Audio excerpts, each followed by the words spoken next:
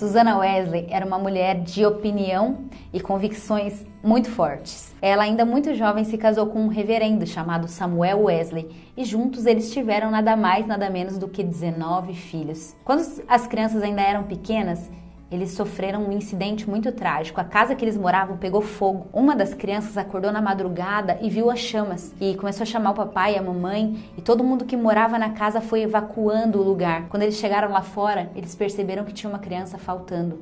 Alguém tinha ficado dentro da casa pegando fogo. Era o 15º filho do casal, John Wesley. O pai, desesperado, tentou subir a escada por 2 vezes, mas a impressão é que o teto ia cair na cabeça deles. Então um amigo chegou, subiu no ombro de Samuel e eles conseguiram tirar a criança.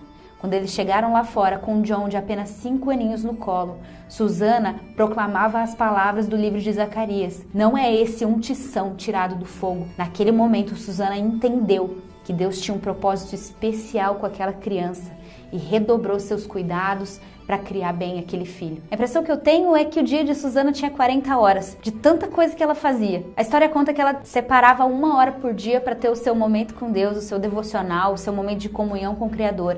Ali ela orava, ali ela lia a Bíblia e as crianças sabiam que não podiam interromper ela naquele momento. Ver a mãe fazendo isso todos os dias foi algo que inspirou a vida de oração dos meninos. Outra 1 hora por dia era separada apenas para orar em favor dos filhos.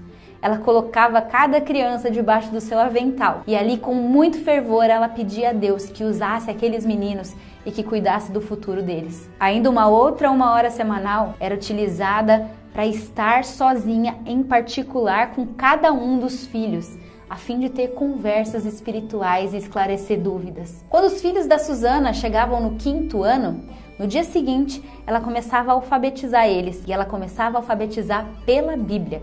Ela abria a Bíblia no 1º versículo e ali a criança ia aprender a ler e escrever. Ela fazia homeschool com eles, então durante 6 horas do seu dia, ela estudava teologia, matemática, literatura, ciências, tudo que os meninos precisavam para a vida acadêmica. Sobre a casa de Susannah Wesley, a história conta que a casa dela funcionava como um relógio, com muita ordem, muita disciplina. Criança nenhuma nunca ganhou nada no choro na casa dos Wesley. Aliás, sobre isso, olha só o que ela dizia. Eu insisto que a vontade da criança deve ser dominada cedo. A obstinação é a raiz de todos os pecados e misérias, e todo aquele que incentiva a obstinação numa criança garante o seu naufrágio no futuro. Mas todo aquele que educa e disciplina garante a sua futura alegria e piedade. Quando nós consideramos que a religião está realizando a vontade de Deus e não a do ser humano, o único grande impedimento para a nossa felicidade temporal e eterna é a nossa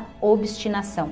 Assim, nenhuma indulgência pode ser trivial e nenhuma negação deixa de ter recompensa. O céu ou o inferno dependem somente disso. Assim, o pai e a mãe que estudam uma forma de vencer a obstinação dos filhos trabalha junto com Deus na renovação e na salvação de uma alma. O pai que se submete à vontade, a todas as vontades da criança, faz a obra do diabo, torna a religião impraticável e a salvação inalcançável. Ao ceder a todas as vontades dos filhos, você os condena, corpo e alma, para sempre. Na casa dos Wesley tinha culto doméstico todos os dias. Todos paravam o que estavam fazendo para ir adorar a Deus juntos. Quando Samuel, o pai da família, tinha que viajar e passar muitos dias longe, Susannah assumiu o controle e a direção do culto. E ela tinha tanto fervor, tanto fogo de Deus no seu coração, que os vizinhos vinham participar do culto para vê-la adorar e compartilhar a palavra de Deus. Quando Susannah ainda era uma menininha, ela fez uma oração a Deus, pedindo: Deus, através da minha vida, acenda uma luz espiritual na Inglaterra que se espalhe por todo o mundo.